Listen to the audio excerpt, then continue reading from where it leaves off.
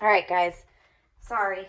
I'm trying this out, and hopefully this is a better organization. So I wanted to review again multiplying fractions by whole numbers. So there are situations where you might need to take a fraction and multiply it by a whole. And remember, when you're doing a whole, you're doing copies of that number. So if I had, for example, let's say I had 1/3 a cup of sugar, and I was making a recipe where I needed 1/3 a cup of sugar. But I decided I wanted to make 2 recipes because I'm making it for 2 people. So if I'm making that for 2 people, it's 1/3 times your 2 people.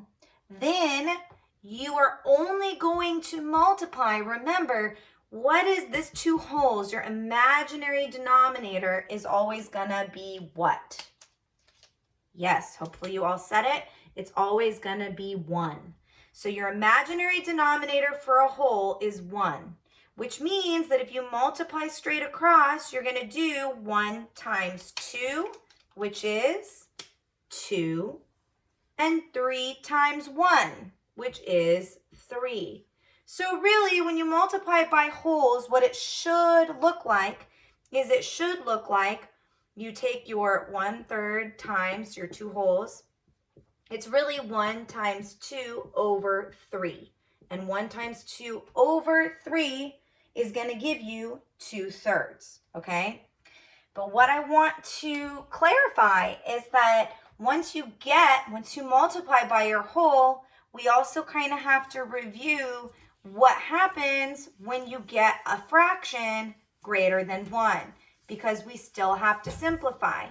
And you guys probably noticed this in some of your packets. So maybe I should stop using red. Let me give you another example. So if you have, for example, let's say you have 2/3 of sugar and you've got 18 people in your class, and so you need to figure out how much sugar you're really going to need to make the cookies for your whole class. If you've got 18 people in your class and you need 2/3 of a cup of sugar for each person. So now you're doing 2/3 times 18. Well, remember this has the imaginary 1 down here. So what you're really doing is 2 times 18 divided by 3. Remember that line in fractions is divided by. You have 3 whole pieces here, and only 2 are shaded. What have you done to your whole? You've divided it. That's what this means, right? So if this means division, now you've got your 2 times your 18. Well, what does that give you? Now you have 36 divided by 3. So what do you have to do?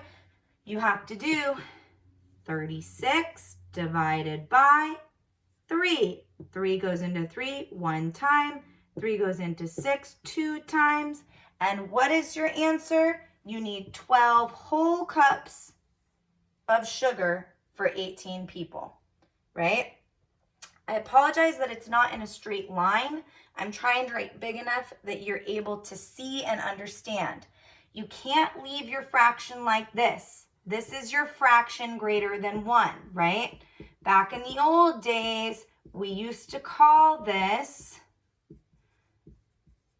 an improper fraction. It was improper, which meant that you had to simplify. And we simplify by knowing, well, this one on top, your numerator is bigger than your denominator, so you can divide and get 12 wholes. 36/3 is the same as 12 wholes. If I have 36 of these slices and I put them all together, I'm going to get 12 wholes. All right, let me do one more so that I know we've got it. So here, again, we'll do this. We'll say I have 4/5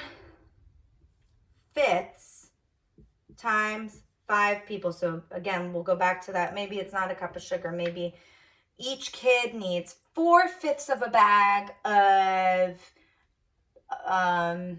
beads to make a necklace. And you need to figure out for your birthday party, you've got 5 kids coming and you need 4/5 of a cup or 4/5 of a bag of beads to make one bracelet or one necklace. So you need to know how many beads to get. So you've got 4/5 times your 5 whole people, right? So now we're gonna do 4 times 5 over 5. Because remember, this big 5 has an imaginary denominator of 1, and 5 times 1 is 5, right? So this becomes 4 times 5, 20 over 5. Okay, what is 20 divided by 5? The answer is 4. Your answer is you need 4 whole cups of beads to make the 5 necklaces for the people at your party. Yay!